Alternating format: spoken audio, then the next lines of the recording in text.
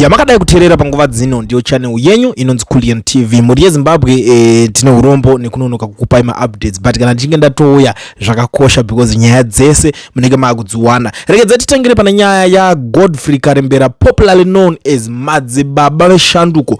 Nyaya yavo yazotongwa vakaonekwa vasina zvavo kana mhosva imwe chete zvayo yavari kunzi vakapara. Madzibaba veshanduko ndiye mumwe wevamwe vakasungwa gore rapera muna October nenyaya yekunzi zvoni vainzi vari kugadzira maflyers ekuda kugadzirira demo yaida kuitwa na Comrade Bombshell rinesugeza. Asi zvichakadaro muri yeZimbabwe vageza vakasvika pakufa, mamwe mawo veterans nevamwe vaida kuratidzira musi uyu vakanga vakabatwa musi wa 17 October vakazosvika pakuredeswa nekuda kwechikonzero chekuti painzi munhu anga aripo achityisa achigadzirira zvedemonstration wacho hapasisina haasisipo ashaya, saka hapasina need kuti varambe vakasungwa. Saka ndo yaive imwe yema reasons yakaita kuti vakwanise kunge vachizoregererwa mawo veterans 10 vaya. But iko zvinezvi tiri kuona kuti zvoni nyaya yeCAB 3 yamo muparliament, saka takuona kuti people like ana madzibaba veshanduko vakutanga kureleaswa. Why? Because they know very well kuti hapasisina chavachaita se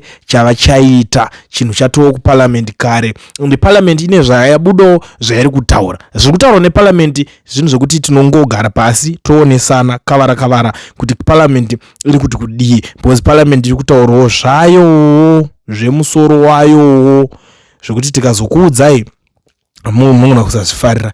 But regedzai ndigumire panapa iyi because ndozviziva kuti munenge maakuda kuzoningirikina kuzoipindira muchiki zvekudaro nyaya iyoyi. But the good news now, ndakangoti ndingogumira pagood news because good news is very important guys.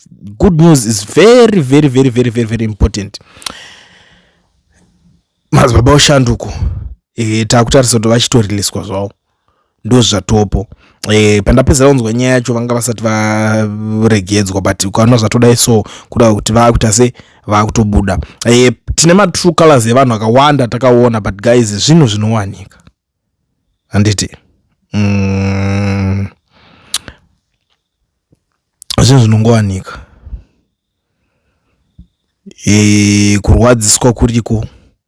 Politics is a dead game at the end of the day, and some people will even come back vachitaura zvakawanda vachiita reclaim kuti madzibaba veshanduko ndewedu, madzibaba veshanduko ndisu tanga tiri panikirikini naye. Some people will come and say tisu takazomubuditsa, zvinonetsa.